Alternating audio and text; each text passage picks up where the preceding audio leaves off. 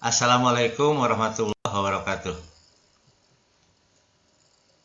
Waalaikumsalam warahmatullahi Waalaikumsalam wabarakatuh. warahmatullahi wabarakatuh. Alhamdulillahirrabbilalamin. Wassalatu wassalamu ala asrafil anbiya'i mursalin Sayyidina Muhammadin wa ala alihi thayyibin tahirin wa ashabihil muntajabin.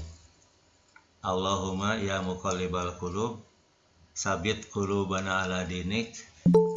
Allahumma ftah qulubana kafutuhil arifin wa nawwir qulubana bihidayatil yakin. Ya, pagi ini kita akan mengkaji yang Anda tanyakan ya. Saya kira pertanyaan Anda itu bagus ya. Saya kira mewakili semuanya. Saya kira Anda pun masing-masing bertanya juga gitu kan. Ya, memang betul Bapak suka dengar ya, suka dengar. Jadi menyeramkan ya.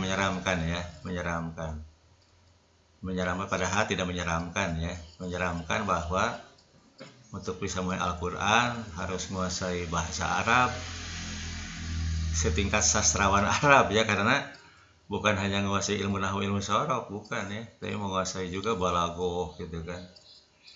Nah, kita mari cari dasarnya dari mana gitu kan.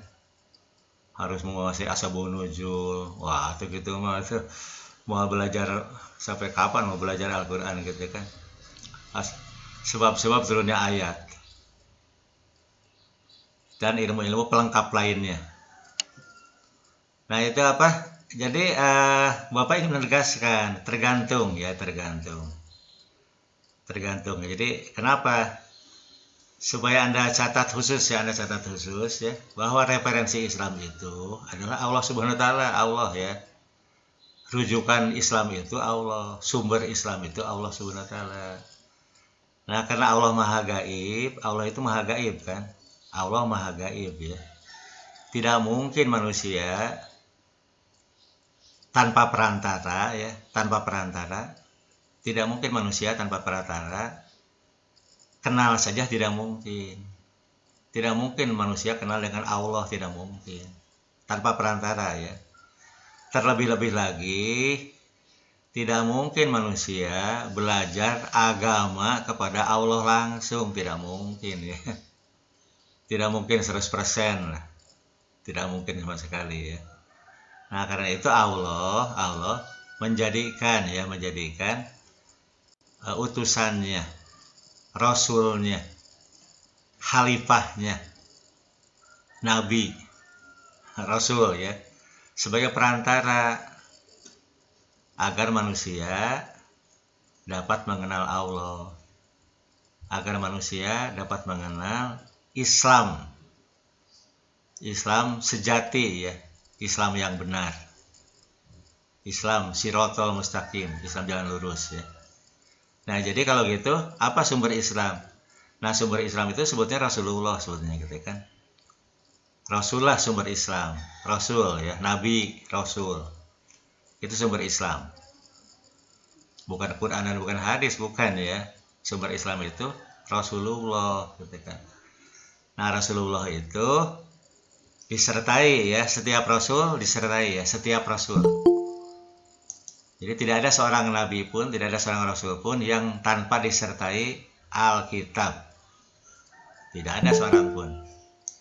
Yang namanya rasul pasti selalu disertai dengan kitab suci ya, Alkitab, selalu. Bukan hanya Nabi Muhammad, bukan hanya ya. Jadi seluruh nabi, seluruh rasul selalu disertai kitab, mulai Nabi Adam, terus Nabi Nuh, Nabi Hud, Nabi Idris, Nabi Soleh, Nabi Lut, Nabi Ibrahim, Nabi Lut, Nabi Sulaiman, Nabi Daud, Nabi Musa. Nah, semuanya ya disertai dengan Alkitab, semuanya tanpa kecuali ya, sampai Nabi Muhammad SAW. Nah, jadi setiap nabi, setiap rasul pasti disertai dengan Alkitab selalu ya. Nah, itu yang kita sebut sekarang Quran itu ya, yang kita sebut Quran itu. Nah, itu ya. Jadi kenapa orang-orang langsung dengan ini ya, sumber Islam Quran dan hadis. Nah, sebetulnya kita harus jelas urutannya ya, bahwa sumber Islam itu Allah Subhanahu wa taala gitu kan. Nah, karena manusia tidak mungkin komunikasi dengan Allah, tidak mungkin belajar agama dari Allah, tidak mungkin kan? Maka Allah mengadakan rasul-rasulnya, mengadakan rasul ya. Dan bagi manusia yang ingin mengenal Allah, bagi manusia yang ingin beragama yang lurus, nah Allah memerintahkan agar manusia itu mentaati Rasulnya, beriman kepada Rasulnya, beriman. Makanya syahadat ya, kan jelas-jelas syarat masuk Islam itu mengucapkan 2 kalimat syahadat. Bukan sekedar mengucapannya gampang ya, mengucapkan dalam lisan kan gampang, burung beo juga bisa gitu kan. Nah, tapi di sini betul-betul mengenali, menyaksikan itu kan lebih dari tahu, lebih dari mengenal. Nah, jadi sumber Islam itu Rasulullah, Nabi Muhammad gitu kan. Tapi kan Nabi Muhammad sudah meninggal dunia. Kepada siapa kita belajar agama Islam gitu kan? Nabi Muhammad sudah. Nah, jadi hak umat ya. Bapak tidak mengatakan 100% tidak ya. Sebagian umat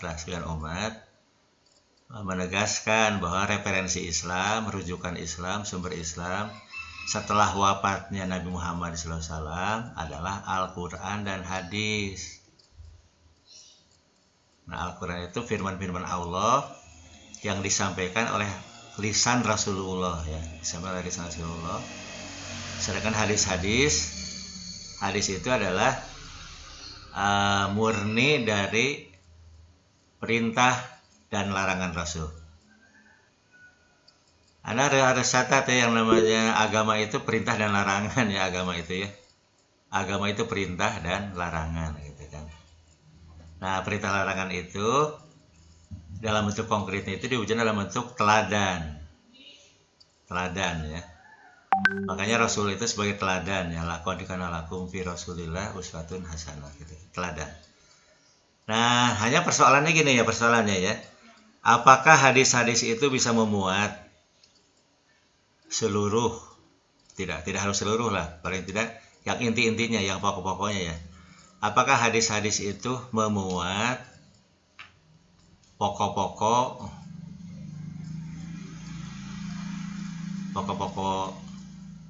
akidah, pokok-pokok ibadah gitu kan, pokok-pokok akhlak mulia, apakah memuat semuanya? Nah, itu diyakini oleh umat Islam ya, tidak memuat semuanya, tidak gitu kan. Buktinya umat Islam ijtihad ya. Kenapa ijtihad? Karena tidak ada petunjuk langsung, tidak ada petunjuk langsungnya gitu kan. Nah, jadi kita sekarang sedang bicara Al-Qur'an ya. Jadi Anda harus memahami dulu posisi Al-Qur'an, posisi Al-Qur'an yang sekarang biasa kita bawa ya, yang sudah dicetak, yang kitabnya sudah dicetak, sudah ada di HP, sudah ada di laptop, di komputer gitu kan. Nah, yang kita bicara itu Quran yang ini ya, Quran yang ini. Yang kita bicarakan itu Quran yang ini. Nah, bagaimana memahami Quran yang ini gitu kan? Bukan memahami Quran yang itu, bukan ya. Bukan memahami Quran itu, tapi memahami Quran ini. Nah, mari kita ini ya, kita ini jawaban dari Anda ya, saya kira perwakilan Anda ya yang nanya itu. Mari kita kaji ya dari Al-Qur'an ya. Jadi di mana tingkat benarnya, di mana tingkat kurang tepat lah, kurang benarnya gitu kan. Jadi bahwa pertanyaan untuk paham Al-Qur'an itu harus punya ilmu yang memadai, itu benar ya. Tapi apa ilmunya itu bahasa Arab setingkat sastrawan gitu kan, asbabun nuzul yang ini atau gimana? Nah, itu yang akan kita jelaskan ya, yang dijelaskan. Nah, Bapak akan langsung ke Al-Qur'an ya, langsung ke Al-Qur'an. Kita pahami Al-Qur'an ya. Nah, ini kita pahami Qur'annya.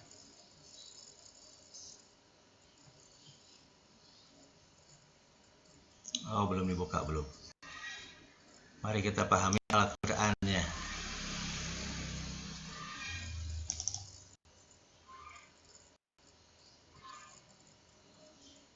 Sudah muncul belum?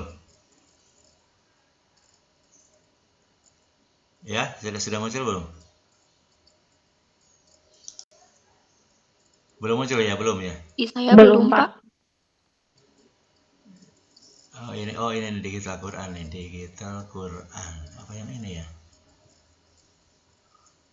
Oh belum ya. Oke belum, nanti kita carikan dulu.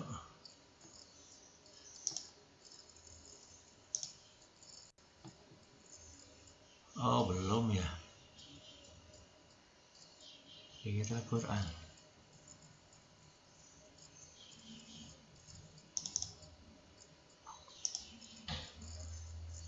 Sudah kelihatan belum?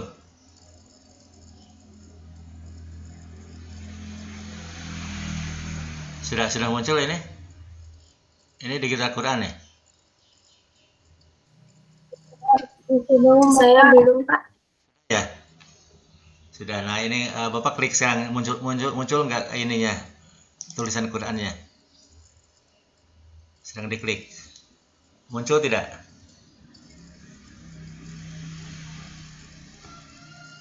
Belum ada, Pak. Belum ada? Oh, Belum, Pak.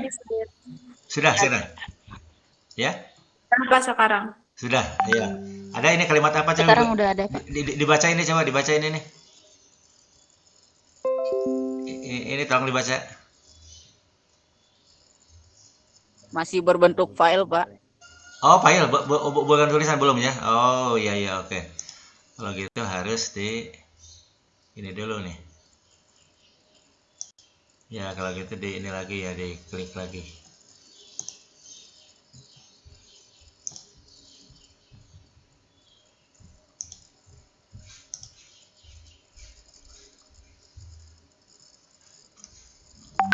Sudah ada sekarang?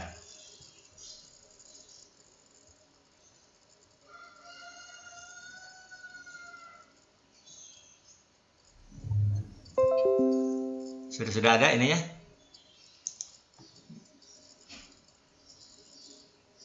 Sudah, Pak. Ya, ini terbaca nggak ini? Ini yang ini apa nih? Tulisan apa? Yang ini yang Bapak tunjukkan nih. Ini tulisan apa? Ya, ya, ini tulisan apa nih? Bisi bukan yang ini, yang Anda lihat kalau bukan ini. Ini tulisan apa nih tulisannya? Ya. Coba dibaca. Bismillahirrahmanirrahim. Oh iya Atas betul. Al-Fatihah. Iya betul ya. Jadi ini sudah muncul di layar ya. Nah, Bapak akan bahas ya Al-Quran. Jadi yang Anda tanyakan itu di mana tepatnya, di mana kurang tepatnya gitu kan. Nah, kita baca kita lihat surat kedua ya. Surat kedua itu surat kedua, bukan ayat kedua. Surat kedua Al-Baqarah. Nah, Al-Baqarah ya ini ya. Ini apa ini? Coba dibaca ini. Ayatnya pendek nih. Ya. Ini apa? Dibaca coba ini. Nggak kelihatan, kecil ya? Nggak kelihatan? Ya, alif lam mim ya. Alif lam mim. Alif Lam Mim, Pak. Iya betul ya. Alif lam mim. Nah, apa arti alif lam mim? Artinya? Apa arti alif lam mim?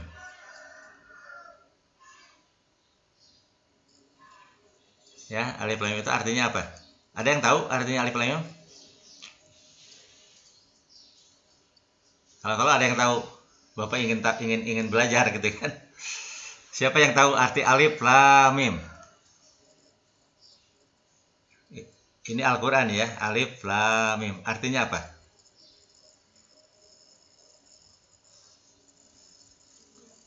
Apa arti alif lam mim? Ini pertanyaan Bapak itu menjawab, sebetulnya pertanyaan Bapak itu menjawab pertanyaan Anda ya. Nah, pertanyaan Anda saya kira pertanyaan dari Anda semuanya ini ya, walaupun yang bicaranya hanya beberapa orang ya. Apa arti alif lam mim? Ada yang tahu? Siapa? Kalau ada yang tahu, Bapak beri hadiah khusus. Hadiahnya khusus. Ada yang tahu? Tidak tahu, Pak. Tidak tahu ya, betul ya. Belum tahu, Pak. Betul. Jadi tidak ada yang tahu itu ya. Jadi siapa yang tahu kalau gitu ya? Siapa yang tahu arti alif lam mim? Siapa yang tahu itu? Nah itu ya, jadi tidak ada yang tahu, padahal Al-Quran itu petunjuk. Al-Quran itu petunjuk kan? Bagaimana jadi, kalau kita tidak tahu artinya, bagaimana jadi petunjuk gitu kan? Artinya kita, umat Islam, tidak pernah menjadikan Al-Quran sebagai petunjuk, tidak pernah gitu kan? Ya khususnya ayat ini ya, khususnya ayat alif lam mim. Tidak ada yang menjadikan petunjuk, tidak ada gitu kan. Artinya tidak ada di dunia ini seorang pun. Apa gitu ya? Ini belum tentu benar juga. Kata-kata apa belum tentu benar ya. Apakah ada enggak sih manusia di dunia yang mengerti alif lam mim? Gitu kan. Kalau menurut Bapak pasti ada, menurut Bapak ya pasti ada, pasti gitu kan, pasti ada, tidak mungkin tidak ada ya. Untuk apa Allah menurunkan Al-Quran gitu kan, kalau tidak ada yang paham? Pasti ada ya, pasti ya. Jadi bukan tidak ada, pasti ada, hanya saya belum tahu gitu kan. Saya belum tahu siapa orangnya gitu kan. Nah itu ya. Jadi Bapak ingin menjelaskan bahwa yang ditanyakan oleh Anda itu kan Al-Quran itu tidak bisa dipahami oleh sembarang orang gitu kan. Betul sekali. Jadi jawaban Anda betul sekali ya.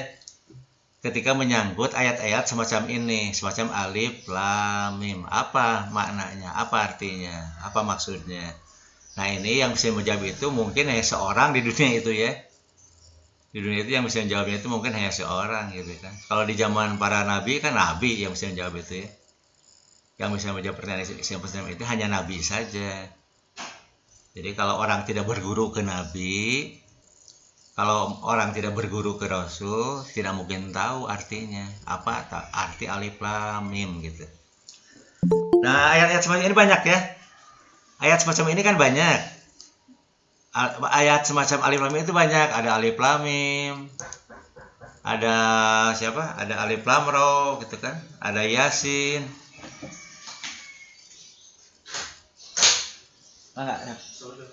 Ini sudah ngajar nih, ketenalan sambil ngajar. Ini ada yang minta tanda tangan dulu ya ini. Sudah penting sekali sambil ngajar ya. Yang Ahmad saja, Mas? Ya, soalnya yang rezeki Maulidah katanya masih diurus. Oh, masih belum ini, masih belum beres ya.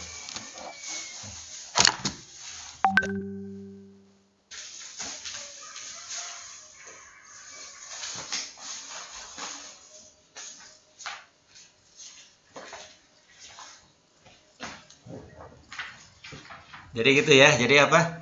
Ayat-ayat semacam itu banyak ya. Ada alif lam mim, ada alif lam ra, ada apa? Ada Yasin, ada Toha, ada Nun gitu kan,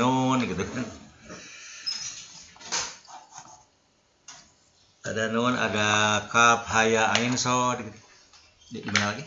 Iya, ada Di belakang. Nah, ayat-ayat semacam itu ya. Jadi ayat-ayat semacam itu, ayat yang berupa huruf-huruf ya. Itu Bapak baca-baca di literatur ya. Kalau zaman sekarang kan gampang melacak literatur ya. Sedunia juga gampang dilacak aja gitu, dicari. Apa arti alif lam mim gitu kan. Ya jadi gampang, cari aja nanti di Google akan muncul jawabannya di Google.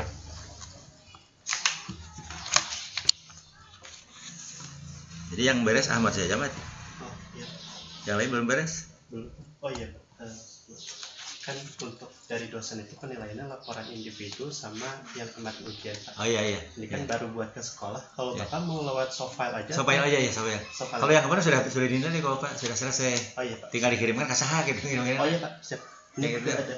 Jadi di Shopee ya Bapak, nanti dikirimkan. Sudah tanda tangan kok Bapak? Sudah di ini? Oh itu, Surat sudah. edaran. Oh, Nanti ya. linknya amat pergi ke WhatsApp Pak. Oh iya. Pak sudah Pak. Dikirimkan ke WhatsApp aja ya? Siap. Oh iya, oke. Jadi itu kan baru menilai itu saja RPP dan penampilan ya itu ya. Jadi tinggal satu lagi yang laporan nanti amat Laporan. lewat Pak. Oh, iya. Oke. Bapak maaf ganggu. Enggak benar. Nah, penting mah kedai atau harus diprioritaskan. Selesai Desember, Mat. Selesai Desember. BPN. Oh, udah beres. Tinggal ngurus penilaian akhir semester sama nilai rapat Pak. Oh, iya ada aja. Sama penutupan. Penutupan ya.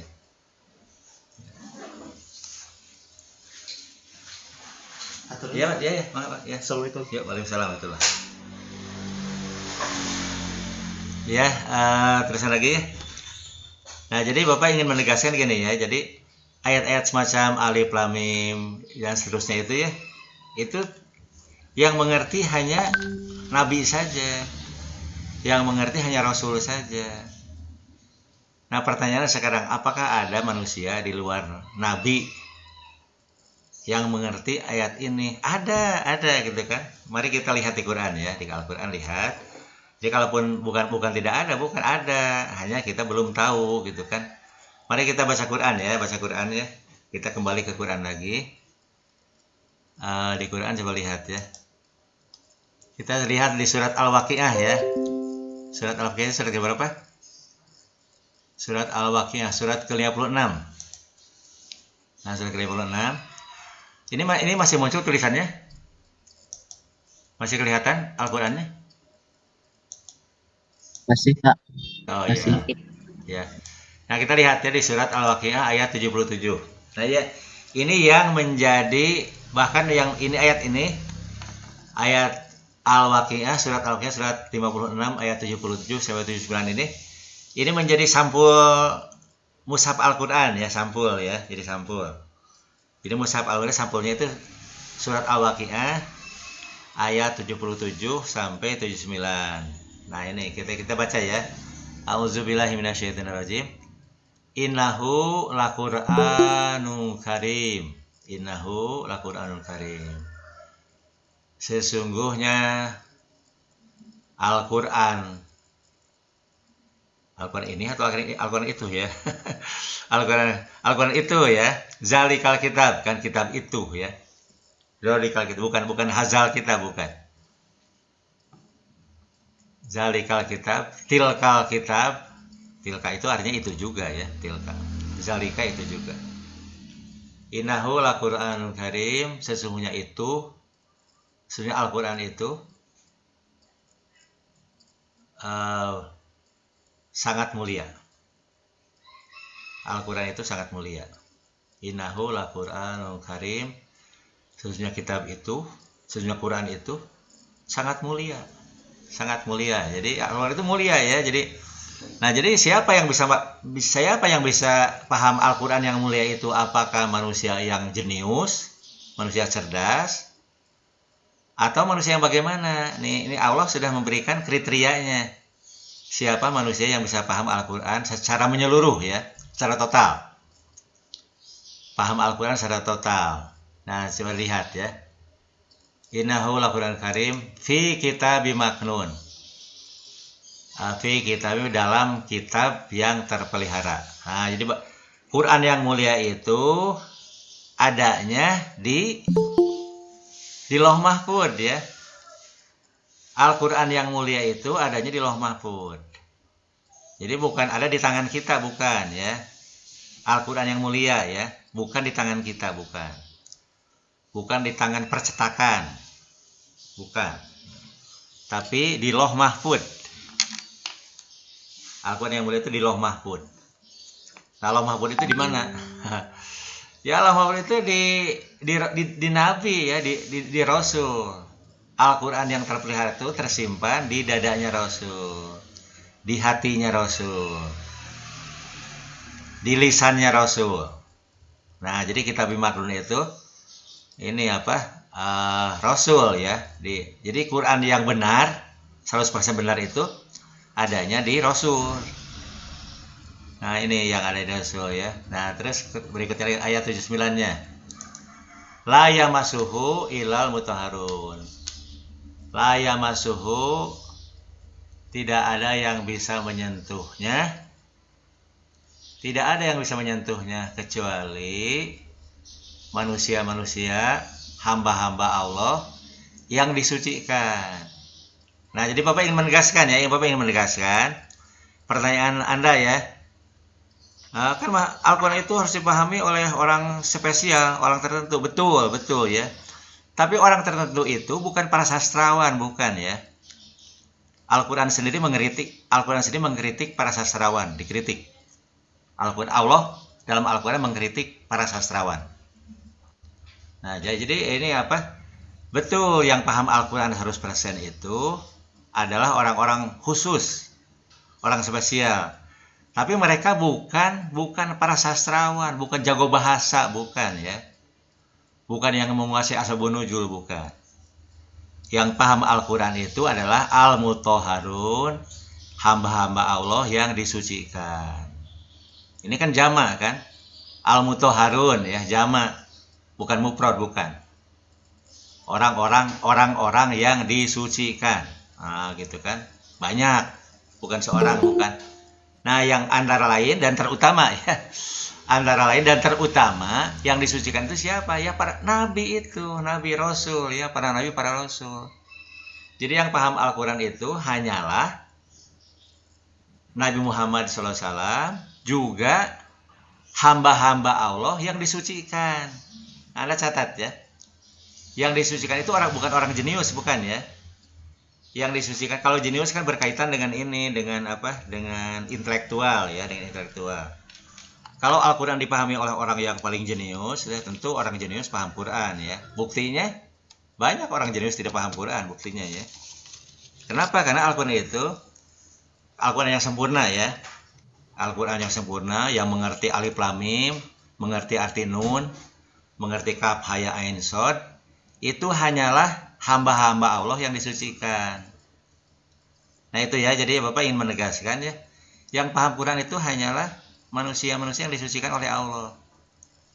Kalau nggak disucikan, walaupun jenius, walaupun nilai sastra Arabnya 100% benar, tidak ada kesalahan sedikit pun gitu kan. Walaupun 100% benar, tidak ada kesalahan sedikit pun, tidak mungkin menguasai Al-Quran, tidak mungkin pahamnya, tidak mungkin. Kenapa? Karena Al-Quran itu hanya bisa dipahami oleh hamba-hamba Allah yang disucikan oleh Allah, disucikan. Yang disucikan itu apa? Yang tidak punya dosa, tidak punya ya. Hanya manusia yang tidak punya dosa yang bisa paham Al-Quran. Jadi semakin dosanya berkurang, maka semakin paham Quran. Ya, semakin dosanya berkurang, semakin paham Quran. Jadi untuk paham Quran itu harus membedah dada dulu. Makanya para nabi, bukan hanya Nabi Muhammad ya, dibelek dadanya gitu kan, dibedah dadanya gitu kan. Itu kan di sejarah Nabi Muhammad kan, Nabi Muhammad sejak kecil sudah dioperasi. Dadanya dioperasi. Ya bukan operasi fisik, bukan ya. Kalau ada operasi fisik, Bapak mungkin mau mengeluarkan seluruh harta untuk operasi dosa.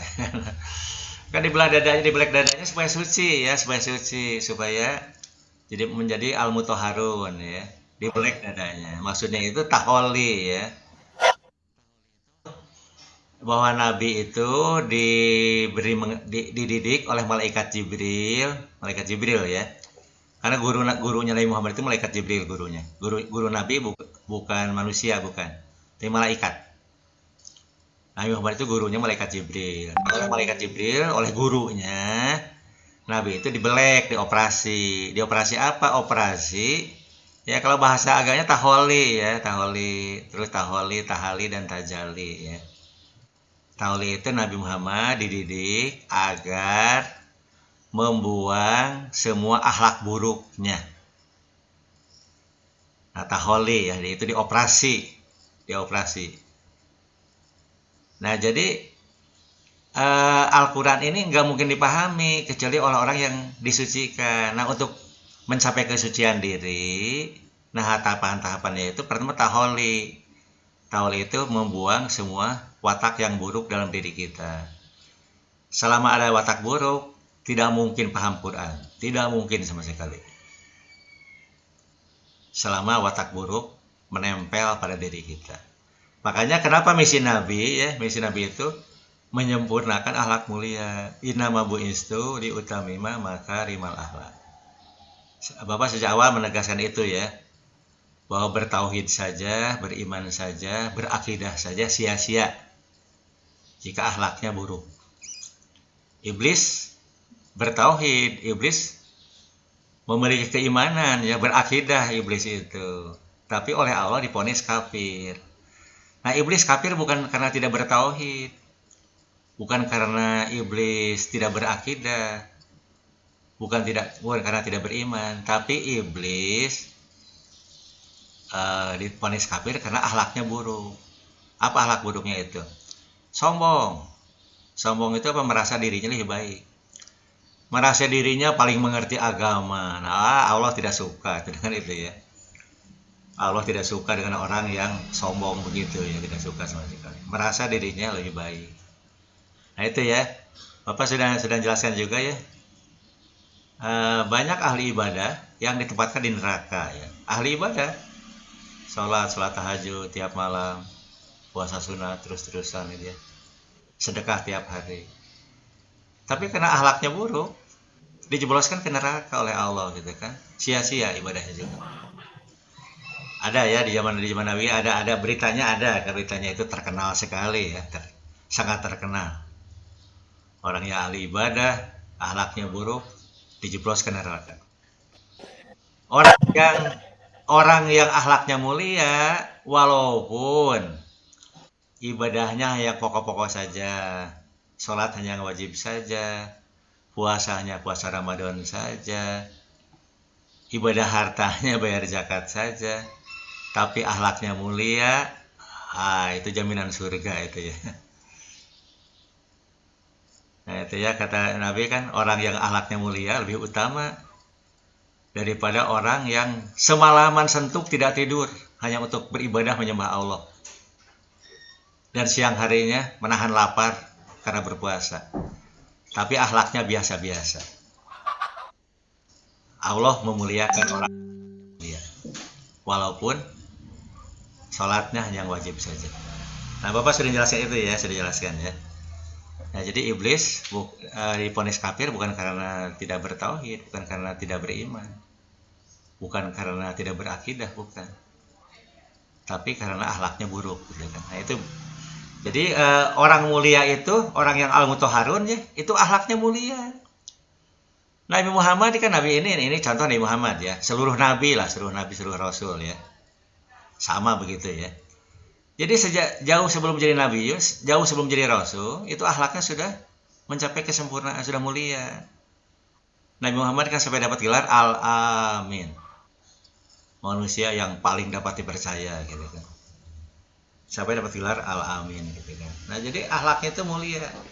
Nabi kan tidak pernah menyakiti orang, tidak pernah melukai hati orang, tidak pernah sama sekali ya.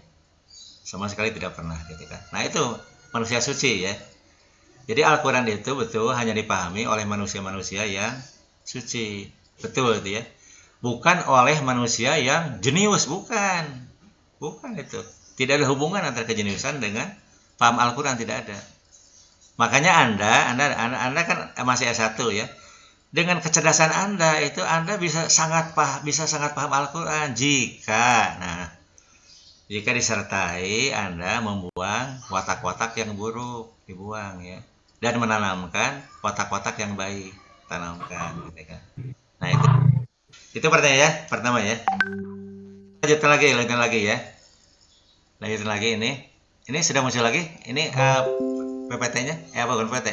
Al-Qur'annya sudah muncul? Masih kelihatan masih? Ya, Pak. Masih, Pak. Nah, Bapak sekarang akan membacakan ini surat Ali Imran, ini surat yang sudah terkenal ya, Ali Imran ayat 7. Ayat 7. Nah ya. Ayat 7. A'udzubillahi minasyaitonirrajim. Huwalazi anjala alaikal kitaba minhu ayatum muhkamat hunna umul kitab wa uharu mutasyabihat. Nah, maksud dia itu Allah ya. Allah alazi, dialah yang anjala. Anjala itu fi'il madi ya, fi'il madi. Nah, jadi Bapak ingin menegaskan ya. Bapak ingin bersama Anda yang bertanya terutama ya, terutama Anda yang bertanya bahwa Al-Qur'an itu ada 2 jenis ayat Al-Qur'an, 2 jenis ya. Huwalazi anjala alaikal kitaba, dialah yang telah menurunkan ya, fil madi ya. Anjala itu fil madi. Dialah yang telah menurunkan alaika kepada kamu, kepada Rasul ya. Alkitab, maksud Alkitab ini kalau di kita ya, maksudnya Al-Qur'an ya. Dialah yang telah menurunkan kepada kamu Alkitab. Minhu, sebagian isi kitab itu, sebagian isi Al-Qur'an itu ayatum muhkamatun. Ayat-ayat muhkamat. Muhkamat itu apa? Jelas ya. Sebagian Al-Qur'an itu ayat-ayat muhkamat. Huna umul kitab. Nah, huna ayat-ayat muhkamat itu adalah induknya Alkitab. Pokok-pokok isi Al-Qur'an. Nah, jadi Bapak ingin menegaskan ya bahwa pokok isi Al-Qur'an itu adalah ayat muhkamat. Bukan ayat mutasyabihat, bukan. Ayat muhkamat. Ayat muhkamat itu ayat yang jelas. Yang maksud jelas di sini ayat yang mudah dipahami. Ayat yang mudah dipahami oleh manusia normal. Manusia normal akan paham. Anak SMA saja paham. Lebih-lebih Anda mahasiswa ya. Akan lebih paham lagi ya. Jadi apakah kita sebagai manusia yang tidak disucikan oleh Tuhan bisa paham Al-Qur'an? Bisa sekali. Yang bisa kita pahami itu adalah ayat-ayat yang muhkamat. Ayat-ayat yang maknanya jelas, terang benderang. Nah, adapun yang tidak terang benderang ya kita tidak paham ya. Kecuali dengan cara bertanya gitu kan. Nah, huna umul kitab itulah pokok-pokok isi Al-Qur'an, pokok-pokok isi kitab. Nah, ini ingat ya. Jadi nanti Bapak akan menjelaskan bahwa metode tematik di Al-Qur'an ini untuk memahami ayat-ayat muhkamat. Makanya Bapak tegaskan, untuk apa metode tematik Al-Qur'an itu? Untuk memahami pokok-pokok agama, memahami rukun iman, rukun Islam, dan pokok-pokok agama lainnya. Mana syukur, mana sabar, mana tawakal, istighfar, taubat, gitu kan. Itu yang pokok-pokok ya, pokok-pokok agama. Jadi bukan untuk memahami alif lam mim, bukan. Bukan memahami ayat-ayat mutasyabihat, bukan. Gitu kan. Gitu ya. Oke, Bapak ulangi lagi supaya Anda paham benar ya. Dialah Tuhan yang telah menurunkan kepada kamu Alkitab. Di antara isi Alkitab itu adalah ayat-ayat yang muhkamat, jelas, terang benderang. Huna umul kitab, itulah induk Alkitab, pokok-pokok isi Al-Qur'an. Wa uhoru mutasyabihat, dan selebihnya adalah ayat-ayat mutasyabihat. Mutasyabihat itu, tasyabah itu serupa ya. Jadi apa? Aduh, seperti serupa, apa artinya ini? Apakah ini? Apa ini? Gitu kan. Nah, itu jadi punya makna ganda. Orang awam, bagi orang awam itu maksudnya orang yang bukan nabi ya. Maksud orang awam itu bukan orang seperti orang umumnya, bukan ya. Maksudnya selain manusia suci, melihat ayat mutasyabihat itu mutasyabihat, samar-samar, ganda, artinya ganda, double, bahkan bisa 3 arti, bisa 4 arti, bisa 5 arti, 7 arti gitu kan. Ini mana yang benarnya gitu kan, sehingga tidak tahu, nggak ngerti sama sekali. Nah gitu ya. Nah, bagaimana seharusnya sikap orang-orang beriman terhadap ayat mutasyabihat ya. Jadi ayat muhkamat itu udah selesai. Jadi kita metode tematik di Al-Quran ini kita gunakan untuk memahami ayat-ayat yang muhkamat, yang jelas. Dan Bapak akan jelaskan nanti ya, ayat muhkamat itu gampang dipahami. Apa harus menguasai bahasa Arab? Iya, betul. Untuk memahami ayat muhkamat harus menguasai bahasa Arab tingkat SD. Bahkan Bapak ingin menegaskan, untuk memahami ayat muhkamat cukup bermodalkan ilmu bahasa Arab tingkat SD rendah. Tidak perlu SD tinggi, tidak perlu SD yang rendahan. Bapak ingin menegaskan ayat Muhammad itu hanya menggunakan fi'il amar. Fi'il amar itu perintah ya, perintah. Fi'il nahi, larangan. La tusyrik. La tusyrik billah itu apa? Aqimis sholata, dirikanlah sholat, fil amar ya. Wa atuz zakata, dan bayarlah zakat.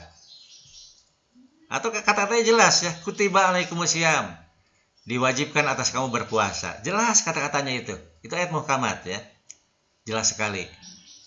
Jadi dengan modal ilmu sorof yang minim ya, yang hanya yang paling dasar sekali gitu kan, Anda bisa, lebih-lebih Anda masih IPA ya, Anda belajar bahasa Arab juga kan. Jadi Anda akan paham ayat muhkamat. Makanya terhadap ayat-ayat muhkamat, Anda harus merujuk langsung Al-Quran. Bukan tidak boleh ke buku, ya buku juga bagus ya. Tapi jangan meninggalkan Al-Quran. Al-Quran itu kan kita sudah sepakat. Setelah Nabi meninggal dunia, setelah Nabi Muhammad wafat, Nabi meninggalkan peninggalan berupa antara lain Al-Quran. Dan Al-Quran disepakati sebagai sumber pertama dan utama agama Islam. Nah ya, sumber pertama dan utama agama Islam. Setelah itu hadis-hadis. Karena hadis-hadis itu baru ditulis belakangan ya. Baru ditulis 200 tahun setelah Nabi wafat. 100 tahun lah setelah Nabi wafat baru ditulis hadis-hadis gitu kan. Nah itu ya. Nah bagaimana sikap manusia terhadap ayat mutasabihat? Manusia itu maksudnya orang Islam ya. Karena yang membaca Al-Quran kan orang Islam. Bukan orang Kristen, bukan. Fa'amal lazina fi qulubihim zaigun. Adapun orang-orang yang hatinya condong kepada kesesatan, gitu kan. Condong sesat, yang hatinya sombong lah gitu kan. Merasa pintar, merasa jago bahasa Arab, merasa sudah baca ratusan tafsir gitu kan. Merasa jagoan gitu kan. Ia suka dengan ayat mutasabihat, hobi menelaah ayat-ayat mutasabihat untuk mencari takwilnya, mencari-cari takwilnya. Takwilnya apa kira-kira ini? Nah senang mengira-ngira, senang sekali gitu kan, punya hobi. Nah Allah menegaskan itu mencari-cari takwil itu adalah untuk menimbulkan fitnah di kalangan manusia. Al fitnah itu asyadu minal qatl. Padahal fitnah itu lebih keji daripada membunuh. Fitnah itu satu akhlak yang buruk sekali. Jangan membunuh gitu kan. Wa ma ya'lamu ta'wilahu, padahal tidak ada yang mengerti takwil ayat mutasabihat itu illallah, kecuali Allah. Jadi yang mengerti alif lam mim, alif lam ra, Yasin, Nun gitu kan. Itu hanya Allah yang tahu. Artinya, kalau kita ingin paham ayat-ayat mutasabihat, harus berguru kepada Rasulullah, utusan Allah. Harus berguru kepada manusia suci. Bukan manusia pintar, bukan ya. Ya manusia suci juga pasti pintar juga ya, pasti ya. Ya minimal normal lah gitu. Kalau Rasul pasti pintar. Kalau Rasul mah ya. Tapi kalau bukan Rasul kan ya normal lah minimal gitu kan. Minimal normal kecerdasannya. Tapi tidak jenius, tidak biasa-biasa juga bisa mencapai kesucian diri ya. Bisa mencapai kesucian diri. Nah gitu ya. Jadi apa? Padahal tidak ada yang mengerti takwilnya kecuali Allah. Warosihuna fil ilmi yaqulu. Nah ini sikap orang-orang yang mendalam ilmunya. Yang mendalam ilmunya itu bukan yang ilmunya banyak, bukan ya. Yang mendalam ilmunya itu yang ilmu dalam arti di sini apa al ilmu ya, bukan ulum, bukan ulum. Kalau kita ini kan belajar agama itu belajar ulumuddin ya. Makanya Imam Ghazali kan Ihya Ulumuddin. Bukan Ihya Ilmuddin, bukan. Tapi Ulumuddin, ilmu-ilmu. Padahal Nabi itu al-ilmu, Nabi itu. Rasul itu al-ilmu, bukan al-ulum. Nabi itu mufrad. Al-ilmu itu maksudnya ilmu yang benar. Al-Quran yang benar. Tafsir yang benar. Penjelasan Al-Quran yang benar. Nah, ibadah yang benar gitu kan. Al-ilmu itu ya. Warosihuna fil ilmi, adapun orang-orang yang arosihuna fil ilmi, yang mendalam al-ilmunya, ya sudah ilmunya benar gitu kan. Yaqulu berkata, mereka berkata, selalu ya. Yaquluna itu kan fi'il mudhari ya. Jadi fi'il mudhari itu isim rod. Mereka berkata, amanah bihi, kami beriman kepada ayat-ayat yang mutasyabihat. Kulun min indi robbina, semuanya itu diturunkan dari Tuhan kami. Nah itu sikap orang beriman itu tidak mentakwil-takwilkan, tidak ya, tidak menafsir-nafsirkan terhadap ayat mutasyabihat, tapi beriman maksud beriman itu tunduk patuh. Maksudnya sami'na wa ata'na, mendengar penjelasan Rasul tentang mana alif lam mim, mana yasin, mana kaf ha ya ain shad. Nah, mendengarkan ya. Jadi mendengarkan sami'na wa ata'na dan mentaatinya. Bukan menafsir-nafsirkan, bukan mentakwil-takwilkan, bukan. Nah gitu ya. Jadi Bapak ingin tegaskan bahwa ini metode tematik di Al-Quran itu kita gunakan untuk memahami ayat-ayat muhkamat. Nah sekarang Bapak ingin ini ya, oke ini apa? Bapak ingin menegaskan ya. Bapak ingin menegaskan bahwa ayat muhkamat itu ayat apa sih? Ayat muhkamat itu terutama ayat muhkamat itu berhubungan dengan ayat perintah dan larangan. Jadi kalau ditanya ya, apa makna beriman kepada kitab-kitabnya? Nah, makna utamanya itu kita menjalankan perintah dan larangan, siap menjalankan perintah dan larangan Allah dalam Al-Quran. Nah, contoh yang tadi Bapak jelaskan ya, sudah. Wa atimul hajja wal umroh. Sempurnakanlah, itu kan fil amar ya, fil amar. Sempurnakanlah haji dan umroh. Sempurnakanlah haji dan umroh. Wa azin fin nasi al-hajj, haji ya. Umumkanlah tentang wajibnya haji kepada manusia. Ada perintah mengumumkan. Jadi ada orang yang mengumumkan. Siapa yang mengumumkan? Yang mengumumkan itu kan pasti Rasul ya, pasti Rasul, Nabi, Rasul yang mengumumkannya. Sama dengan umumkanlah wajibnya berperang. Siapa yang mengumumkan? Ya kalau di zaman Nabi kan Nabi. Kalau zaman sekarang siapa? Ya presiden ya, sekarang ya presiden. Kalau perang urusan dunia, kalau sekarang perangnya perang dunia, kan urusan dunia ya. Nah itu ya, jadi ayat muhkamat itu, jadi apa ayat muhkamat harus menguasai? Iya perlu sedikit lah, minim ya. Jadi ada dengan bermodalkan bahasa Arab yang elementer ya. Jurumiyah itu kalau orang sudah menguasai jurumiyah, udah sempurna itu untuk memahami ayat muhkamat. Sudah sempurna luar biasa. Kalau sudah paham jurumiyah, kitab jurumiyah itu kan kitab SD ya, kitab bahasa Arab tingkat SD. Bahkan tidak perlu tinggi-tinggi, tidak perlu. Yang ini coba Anda pelajari ya. Anda pelajari ya. Jadi bahasa Arab yang untuk ayat muhkamat itu hanya cukup ilmu sorobnya itu memahami fi'il amar, fi'il nahi, dan fi'il mudhari itu yang sering digunakan ya. Yang sering digunakan di ayat muhkamat itu adalah fi'il amar, fi'il nahi, larangan, ya perintah larangan, dan ayat-ayat yang menggunakan fi'il mudhari. Fi'il mudhari itu apa? Fi'il ini apa? Artinya istimror kan mudhari itu ya. Terus-terusan. Nah, contoh kita lihat lagi ya. Tadi ini nih contoh fi'il mudhari ya. Contoh fi'il mudhari itu. Nah, misalnya ini di Quran surat Al-Baqarah kembali ya, surat Al-Baqarah tadi. Nah, ini. Surat Al-Baqarah ya. Nah, ini allazina yu'minuna bil ghaibi. Ini tentang orang takwa ya. Zalikal kitab itu tidak ada keraguan padanya, petunjuk bagi orang-orang yang bertakwa. Nah, siapa orang bertakwa itu? Orang bertakwa adalah allazina yu'minuna bil ghaibi. Orang-orang yang yu'minuna fil mudhari ya, yu'minuna. Orang yang selalu mengimani, terus-terus beriman, terus-terusan. Setiap menarik napas dia beriman. Bil ghaibi. Nah, bil ghaibi ya. Ini nahu, ilmu nahu sekarang ya, ilmu nahu. Ghaibun itu gaib artinya ya. Mufrad. Mufrad ya, ghaibun itu mufrad, bukan jama, bukan. Mufrad itu ada satu ya. Satu yang gaib.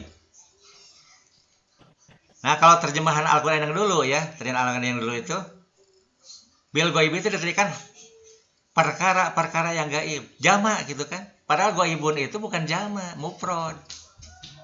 Ini kan bahasa Arab tingkat dasar pisan ya, tingkat elementary lah, tingkat dasar ya. Al-ghaib itu adalah mufrad. Satu, hanya satu ya. Terjemahan Al-Qur'an dulu itu diterjemahkannya itu hal-hal yang gaib, jama. Kalau jama kan guyub. Bukan ghaib, bukan ya. Ghaibun, guyubun itu jamaknya. Guyubun itu apa? Ya malaikat, iblis, jin gitu kan. Virus corona. Nah, itu gaib kan? Gaib ya. Benda-benda di dalam bumi gitu kan. Bintang-bintang di langit itu kan gaib bagi kita mah ya, gaib gitu kan. Guyub ya, guyub, bukan gaib, bukan. Nah, kalau ghaibun itu satu gaib. Apa yang satu itu? Yang satu kan Tuhan, Allah gitu kan. Terus pakai alif lam, al-ghaibu, al-ghaibu. Kalau pakai alif lam berarti makrifat, bukan nakirah. Nah, jadi ilmu nahunya Anda cukup memahami makrifat, nakirah, mufrad, jama gitu kan. Sederhana sekali, sederhana bahasa Arabnya gitu kan. Jadi jangan sampai sastranya tinggi, balaghahnya tinggi, melupakan hal-hal yang dasar. Nah, ghaibun itu mufrad satu. Jadi maksudnya apa? Al-ghaibun itu artinya Tuhan. Bukan perkara-perkara yang gaib, bukan hal-hal yang gaib, bukan, tapi Tuhan, ini khusus. Allazina yu'minuna bil ghaibi, yaitu orang-orang yang selalu beriman kepada dirinya yang al-gaib. Ya, ini Tuhan. Nah, itu orang bertakwa ya. Terus wa yuqimuna sholata. Nah, wa yuqimuna sholata, dan selalu mendirikan sholat. Terus-terusan sholat. Nah, itu orang bertakwa ya, selalu terus-terusan. Nah, jadi kalau ingin mencapai ketakwaan, ya harus sholat terus-terusan, selalu mendirikan sholat. Nah, ini kan film modore, gampang gitu kan. Wa mimma razaqnahum yunfikun, dan mereka dari harta yang diperolehnya itu mereka selalu berinfak. Yunfikuna, film modore juga. Selalu berinfak. Nah, itu contoh ya, contoh penggunaan ini apa. Jadi bahasa Arabnya itu ini, coba kita lihat sekarang yang dasar ya. Pokok-pokok agama Islam, misalnya rukun Islam ya. Kita cari ayat sholat. Nah, kita cari sholat ya. Nah, ini cara sholat. Shod, lam alif, ta marbutoh. Oke. Nah, di sini ada 63 ayat tentang sholat. 63 item, 63 ayat ya tentang sholat. Nah, coba kita lihat. Ini apa? Semuanya muhkamat ini ya. Ini muhkamat. Jelas sekali ya. Nah, yang tadi sudah ya, allazina bil ghaibi yuqimuna sholata wa mimma razaqnahum. Kita lihat ayat berikutnya. Nah, ini. Surat Al-Baqarah ayat 3. Aqimus sholata, dan dirikanlah sholat. Aqimu fil amar kan, fil amar. Dan dirikanlah oleh kalian sholat. Nah, gitu kan. Wa atu zakat, dan bayarkanlah oleh kalian zakat. Warka'u, ini fil amar semuanya. Fil amar tuh, aqimu sholat, fil amar. Wa atu zakat, warka'u, ruku'lah. Semuanya fil amar. Gampang dipahami, yang mudah ya. Nah, kita lihat lagi ayat berikutnya ya, ayat berikutnya. Nah, ini Al-Baqarah 45. Wasta'inu bisobri wasolat. Wasta'inu. Nah ini pun fi'il amar juga. Fi'il amar kan gampang. Wasta'inu, minta tolonglah kalian. Mintalah pertolongan kepada Allah maksudnya gitu kan. Sobri dengan sabar dan sholat. Oh berarti cara minta tolong kepada Allah itu dengan jalan sabar dan sholat. Kalau nggak doa itu harus sabar ya, sabar. Jangan tergesa-gesa, jangan. Terserah Allah kapan dikabulkannya gitu kan. Wasta'inu bisobri wasolat. Nah, jadi ini apa? Ini kan mudah dipahami. Bahasa Arab yang mudah dipahami. Wa innaha lakabiratun. Wa innaha, salat itu sungguh berat ya, sungguh berat salat itu. Salat kan berat. Malas kan salat kan? Malas bisa. Illa alal khusyiin. Kecuali bagi orang-orang yang khusyuk. Kalau yang khusyuk tidak malas salat itu.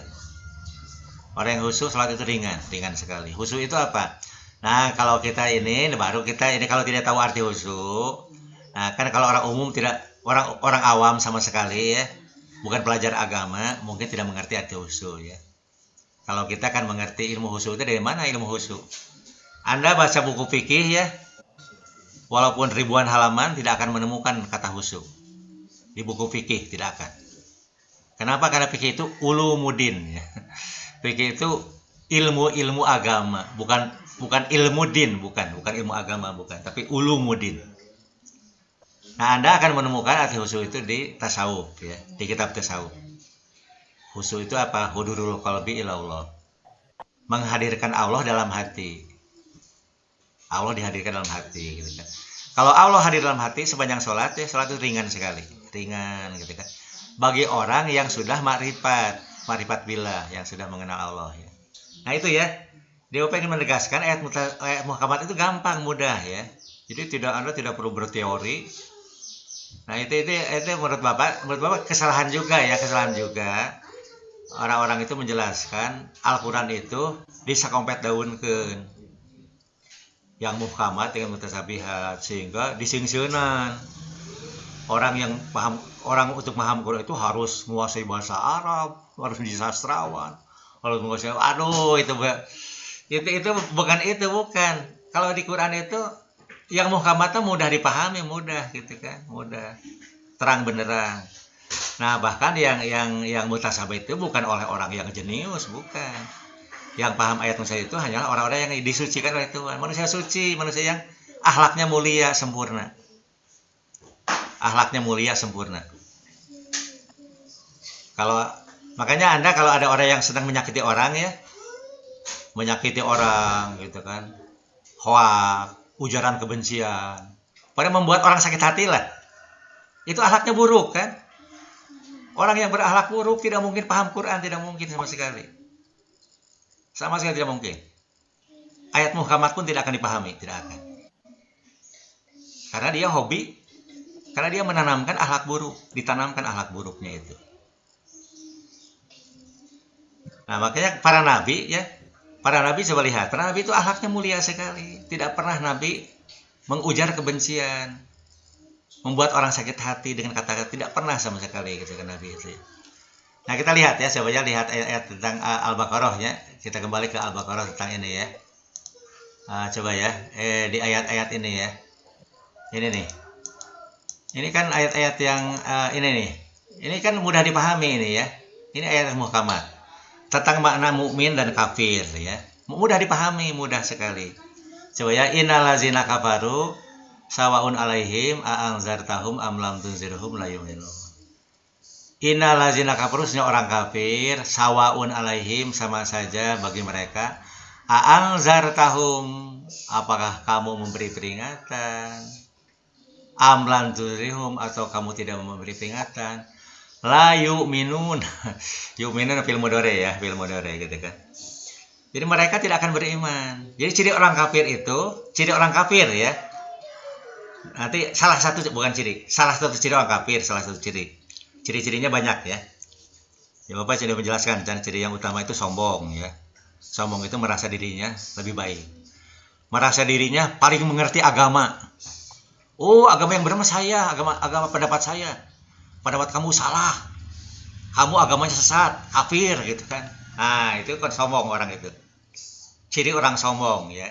Nah, orang sombong tidak mungkin dapat hidayah, tidak mungkin. Orang sombong tidak mungkin dapat hidayah dari Allah, tidak mungkin.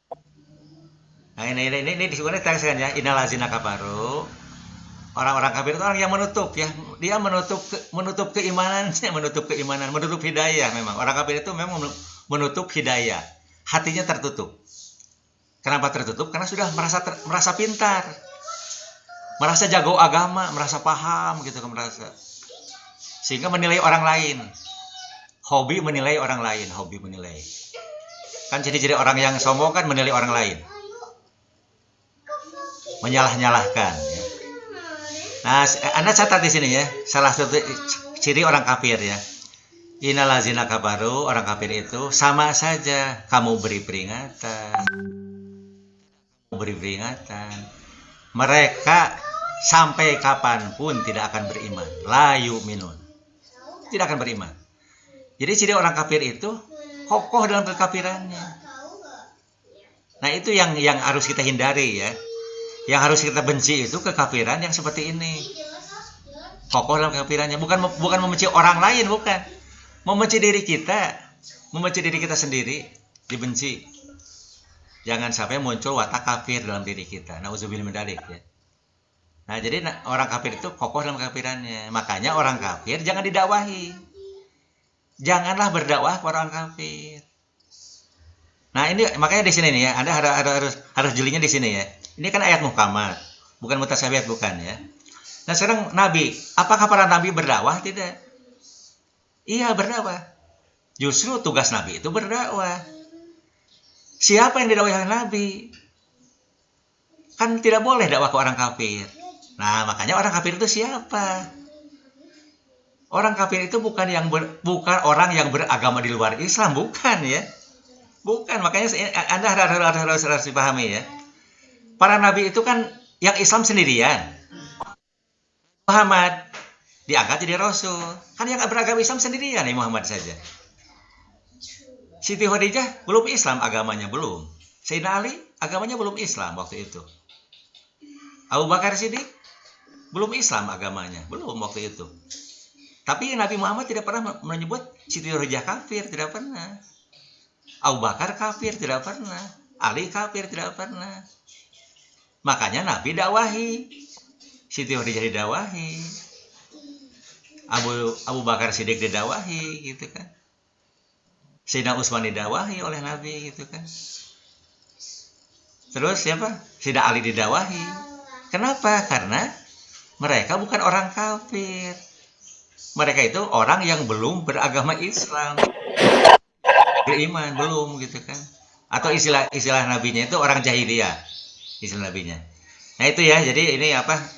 Ini ayat-ayat yang muhkamat ya. Ya, ayat muhkamat. Kita lihat lagi. Kenapa orang kafir itu tidak bisa didakwahi?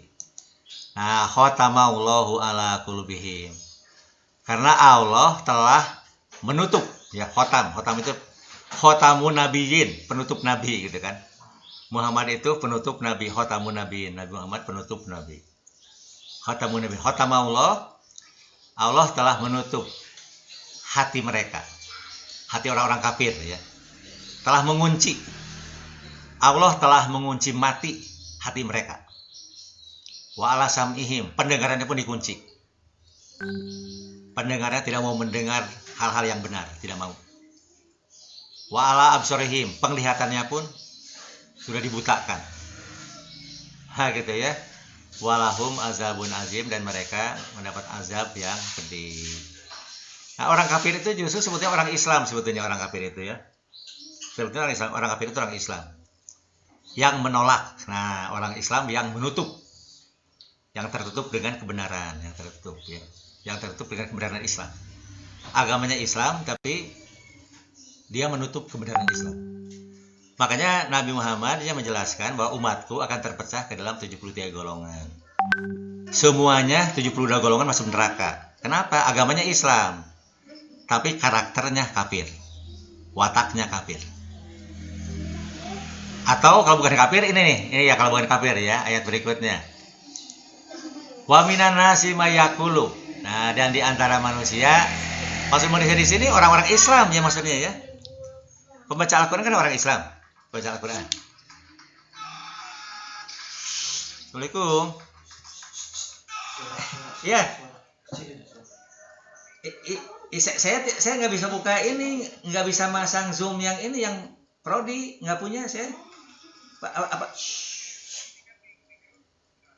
Oh, sudah ada? Di grup mana?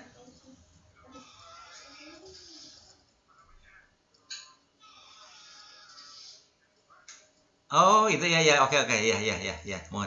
Ya, saya sebentar lagi. Baik,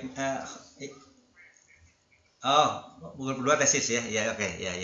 Mohon bisa.